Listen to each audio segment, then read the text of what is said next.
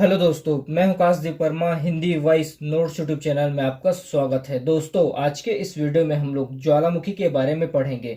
Video start करने से पहले आपसे एक रिक्वेस्ट है, अगर अभी तक आपने हमारे चैनल हिंदी वॉइस नोट्स को सब्सक्राइब नहीं किया है तो प्लीज़ चैनल को सब्सक्राइब करें, बेल नोटिफिकेशन को ऑन करें ताकि आपको सभी सब्जेक्ट के नोट्स के नोटिफिकेशन मिलते रहे। तो चलिए वीडियो स्टार्ट करते हैं। देखिए, सबसे पहले हम लोग ज्वालामुखी की परिभाषा देखते हैं। देखिए, ज्वालामुखी की परिभाषा: आंतरिक बलों के कारण मैग्मा तथा अन्य विखंडित पदार्थों का दरार या छिद्र द्वारा भूपृष्ठ पर अचानक प्रकट होने की प्रक्रिया को ज्वालामुखी कहते हैं।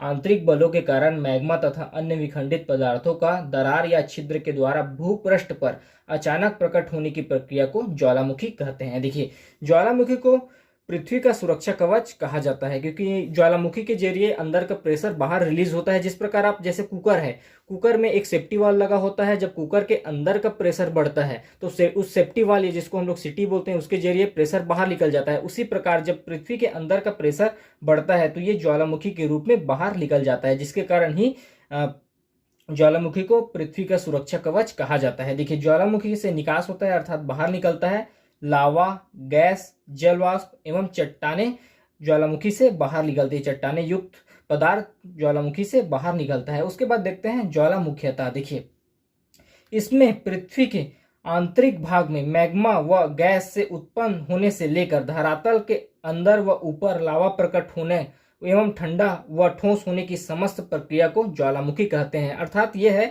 कि ज्वालामुखीयता यह है कि ज्वालामुखी बनने से लेकर ऊपर निकलने तक, ऊपर निकलकर ठंडा होने व जमा होने तक की जो संपूर्ण प्रक्रिया है वह ज्वालामुखीयता कहलाती है। देखिए, उसके बाद देखते हैं मैग्मा। देखिए, यह धरातल के अंदर तरल एवं तृप्त पदार्थ होता है जो बाहर नहीं आ पाता है और अंदर ही जमकर ठोस बन जाता है। देखिए, मैग्मा या धरातल के अंदर तप्त तरल पदार्थ होता है जो बाहर नहीं आ पाता है और अंदर ही जमकर ठोस बन जाता है। अगर मैग्मा बाहर आ जाता है, जमीन से मैग्मा अगर बाहर आ जाता है तो बाहर आने पर मैग्मा को ही लावा कहा जाता है। जैसे कि यह है धरातल और नीचे धरातल के अंदर में मैग्मा भरा हुआ है। ठीक है, मैग्मा का तापमान लगभग 1000 से 1400 डिग्री सेंटीग्रेड होता है। तो धरातल के अंदर मैग्मा भरा हुआ है। जब मैग्मा गर्म होता है तो ये क्या होता है, कोई भी चीज गर्म होती है तो ऊपर उठने लगती है। जब मैग्मा ऊपर उठने लगता है तो ये धरातल की सतह से चट्टानों से टकराता है और टकराने के बाद वापस फिर नीचे आ जाता है। देखिए, यहाँ से मैग्मा ऊपर उठ रहा है और यहाँ पर चट्टानों से टकराकर नीचे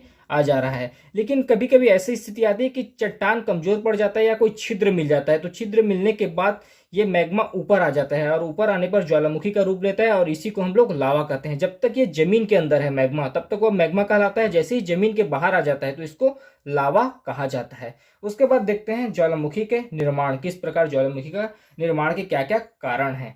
सबसे पहले पढ़ते हैं हम लोग प्लेट टेक्टोनिक्स थ्योरी। देखिए, ये थ्योरी मुख्यतः 3 वैज्ञानिकों के द्वारा दिया गया है, हैरी, हैंस, विल्सन और मॉर्गन। ये 3 वैज्ञानिकों के द्वारा मुख्यतः प्लेट टेक्टोनिक्स थ्योरी दिया गया है। तो इसमें प्लेट शब्द का सर्वप्रथम प्रयोग विल्सन के द्वारा किया गया है। प्लेट शब्द का सर्वप्रथम प्रयोग विल्सन के द्वारा किया गया है और विल्सन के अनुसार ही स्थल मंडल का वह दृढ़ एवं कठोर भाग जिसकी मोटाई लगभग 100 किलोमीटर हो, एग्जैक्ट नहीं है, लगभग 100 किलोमीटर हो, जिसका निर्माण क्रस्ट या भूपट्टर एवं मेटल की ऊपरी परत से हुआ हो, प्लेट कहलाता है। स्थल मंडल का वह दृढ़ भाग, जमीन के अंदर का वह दृढ़ भाग जिसकी मोटाई लगभग 100 किलोमीटर हो, जिसका निर्माण क्रस्ट एवं मेटल की ऊपरी परत से हुआ हो। देखिए, मेटल ये सब जो परत है इनके बारे में मैं आने वाले वीडियो में पढ़ाऊंगा।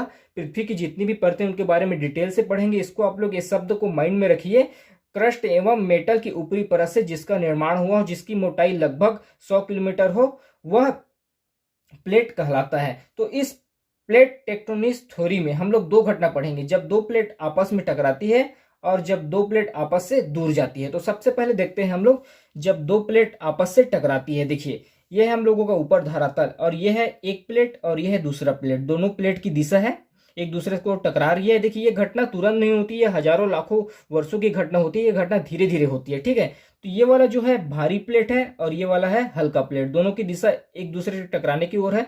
तो क्या होता है, जब ये आपस में टकराती है दोनों प्लेट, तो भारी वाला जो प्लेट होता है वो जमीन के नीचे धंसने लगता है और ऊपर वाला प्लेट जमीन के ऊपर उड़ता है और यहीं पर ही ज्वालामुखी पर्वतों का निर्माण होता है। ठीक है, उसके बाद दूसरी घटना देखते हैं, जब दो प्लेट आपस से दूर जाती है। ठीक है, यह है हम लोगों का धरातल और ये है एक प्लेट और यह है दूसरा प्लेट। तो क्या है, या इस पर यहाँ पर हो रहा है कि दोनों प्लेट एक दूसरे से दूर जा रही है। तो यहाँ पर क्या स्थिति बनती है कि ऊपर का दाब होता है कम और नीचे का दाब होता है अधिक। तो मैंने इससे पहले वाले पार्ट में आपको पवन एवं वायु दाब के बारे में पढ़ाया था। तो एक चीज बताया था कि दाब हमेशा अधिक दाब से कम दाब की ओर गति करती है, लो प्रेशर की ओर गति करती है। तो यहाँ पर भी ये जब दोनों प्लेट चिपका हुआ है लेकिन एक दूसरे से क्या है, दूर जा रहा है, दूर जाने पर जो बीच का जो क्षेत्र है यहाँ भी ज्वालामुखी निर्माण होने की संभावना रहती है। उसके बाद नेक्स्ट कारण देखते हैं ज्वालामुखी निर्माण के। नेक्स्ट कारण है कमजोर भूपटल का होना। देखिए, ज्वालामुखी का लावा कमजोर भूपटल को तोड़कर बाहर निकलता है। देखिए, मैंने बताया था कि लावा बार बार पृथ्वी के ऊपरी जो चट्टान है उससे टकराते रहती है और टकराने के बाद वो वापस चले आती है। लेकिन कभी कभी कुछ स्थिति ऐसी बनती है कि कमजोर भूपटल होता है, कमजोर चट्टान होता है, उसको तोड़कर लावा बाहर आ जाती है और ज्वालामुखी का रूप लेती है। उसके बाद भूगर्भ में अत्यधिक तापमान। नेक्स्ट कारण है भूगर्भ में अत्यधिक तापमान। देखिए, उच्च तापमान भूगर्भ के अंदर पाए जाने वाले रेडियोधर्मी पदार्थों के विघटन व रासायनिक प्रक्रिया से ज्वालामुखी बाहर निकल आता है। देखिए, उच्च तापमान भूगर्भ के अंदर पाए जाने वाले रेडियोधर्मी पदार्थों के विघटन व रासायनिक प्रक्रिया से ज्वालामुखी बाहर निकल आता है। उसके बाद देखते हैं भूकंप। देखिए, भूकंप के दौरान कई बार धरातल में दरार पड़ने से भी ज्वालामुखी उद्गार का प्रेरक होता है। भूकंप के दौरान जब कई बार जमीन में दरार पड़ता है तो ये भी ज्वालामुखी उद्गार का प्रेरक होता है। उसके बाद देखते हैं नेक्स्ट, गैसों के निर्माण। देखिए, पृथ्वी के आंतरिक भाग में जलवाष्प जैसी गैसों का निर्माण से दाब बढ़ता है। पृथ्वी के आंतरिक भाग में जलवाष्प जैसी गैसों से अंदर का दाब बढ़ता है जो ज्वालामुखी उद्गार का सहायक होता है, जो ज्वालामुखी उद्गार में सहायक होता है। अंदर का दाब बढ़ता है, बाहर का दाब कम रहता है। तो एक चीज हमेशा आप लोग माइंड में रखिए कि दाब का अधिक दाब से कम दाब की ओर गति करता है। दाब का कंडीशन यह है कि हाई प्रेशर से लो प्रेशर की ओर हमेशा वो संचरण करता है। ठीक है, तो पृथ्वी के आंतरिक भाग में जलवाष्प जैसी गैसों के निर्माण से दाब बढ़ता है जो ज्वालामुखी उद्गार में सहायक होता है। उसके बाद देखते हैं हम लोग ज्वालामुखी के अंग। ठीक है, ज्वालामुखी के अंग, ये है चित्र बनाया हूं मैं ज्वालामुखी का। देखिए, ये वाला जो हिस्सा है जहां मैग्मा भरा हुआ है ये कहलाता है मैग्मा चेम्बर, और जहां से ज्वालामुखी बाहर निकलती है जो नली बना हुआ है इसको कहते हैं निकास नली या लावा नली। ठीक है, यह है ज्वालामुखी का मुख और यहाँ पर लावा जम जाता है, इसको कहा जाता है ज्वालामुखी ग्रीवा। ठीक है, और ज्वालामुखी गिरने से उसके आसपास एक शंकु की आकृति का निर्माण होता है, इसको कहा जाता है ज्वालामुखी शंकु। तो ये होते हैं ज्वालामुखी के मुख्य अंग। उसके बाद देखते हैं ज्वालामुखी से निकलने वाले पदार्थ। आखिर ज्वालामुखी से क्या क्या पदार्थ बाहर निकलता है। तो सबसे पहले ज्वालामुखी जब फटता है तो सबसे पहले निकलता है गैस, और गैस में भी सबसे ज्यादा जल वाष्प की मात्रा होती है, जिसमें लगभग 60 से 90% इसमें जल वाष्प की मात्रा होती है। जितनी भी गैस निकलती है ज्वालामुखी से उसमें 60 से 90% लगभग जल वाष्प की मात्रा होती है। उसके बाद उसमें से गैस निकलती है hydrogen sulphide, carbon disulphide, carbon dioxide, hydrochloric अम्ल, ammonium chloride, sulphur dioxide, nitrogen, ये सब गैस ज्वालामुखी से निकलती है। उसके बाद देखते हैं नेक्स्ट, ठोस एवं विखंडित पदार्थ। ये भी ज्वालामुखी से निकलते हैं, ठोस और विखंडित पदार्थ। तो इसको अलग अलग नामों से डिफाइन किया गया है। पहला है बाम। देखिए, कुछ इंच से लेकर कई फुट व्यास वाले जो टुकड़े निकलते हैं, कुछ इंच से लेकर कई फीट व्यास वाले जो टुकड़े निकलते हैं उसको बाम कहा जाता है। फिर नेक्स्ट है लैपली। देखिए, अखरोट के आकार के जो टुकड़े निकलते हैं ज्वालामुखी से, अखरोट के आकार के जो टुकड़े निकलते हैं ज्वालामुखी से उसको लैपली कहा जाता है। फिर नेक्स्ट है इसको रिया। देखिए, मटर के आकार के जो टुकड़े निकलते हैं, छोटे छोटे मटर के आकार, मटर या चने के दाने के आकार के जो छोटे छोटे टुकड़े निकलते हैं इसको स्कोरिया कहा जाता है। उसके बाद है नेक्स्ट टफ। देखिए, धूलकण व राख से बने जो टुकड़े निकलते हैं, धूलकण व राख से बने जो टुकड़े निकलते हैं उसको टप कहा जाता है। फिर नेक्स्ट निकलता है उसमें द्रव के रूप में क्या निकलता है, लावा। पहले वो मैग्मा रहता है, जब ऊपर बाहर आता है तो उसको लावा कहते हैं। ठीक है, लावा। तरल एवं तृप्त मैग्मा जब धरातल पर निकल आता है, तरल एवं तृप्त मैग्मा जब धरातल पर निकल आता है तो उसे लावा कहते हैं। ठीक है, ये भी दो प्रकार के हैं, अम्लीय लावा और क्षारीय लावा। दो प्रकार की लावा बाहर आती है ज्वालामुखी से, अम्लीय लावा और क्षारीय लावा। फिर देखते हैं अम्लीय लावा और क्षारीय लावा। ठीक है,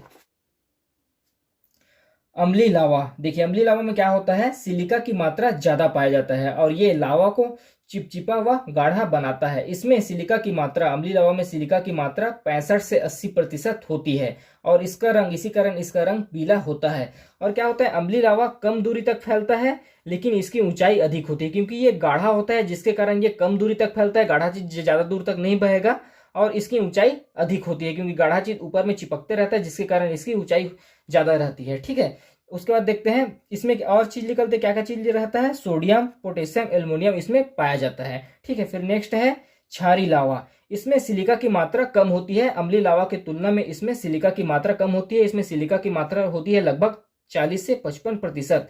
ये लावा को कम गाढ़ा एवं तरल बनाता है। लावा इसके कारण क्या होता है, सिलिका की मात्रा कम है जिसके कारण ये गाढ़ा कम रहता है अम्लीय लावा की अपेक्षा, और ये तरल ज्यादा रहता है अम्लीय लावा की अपेक्षा। इसका रंग होता है काला और इसमें पाया जाता है लोहा, मैग्नीशियम, चूना। ये ज्यादा दूरी तक फैलता है तथा इसकी ऊंचाई कम होती है। ठीक है, अब एक चीज आप लोग सोचिए, एक पत्थर है, ठीक है, एक पत्थर रखा हूं, उसमें मैं एक शहद डालता हूं जो चिपचिपा और गाढ़ा है, तो क्या होगा, ज्यादा दूर तक नहीं बहेगा और उसकी ऊंचाई भी थोड़ा एक्स्ट्रा होगी। ठीक है, और एक है तरल, मैं एक उसी पत्थर के ऊपर दूध डालता हूं तो दूध क्या होगा, ज्यादा दूरी तक फैलेगा क्योंकि वो तरल है।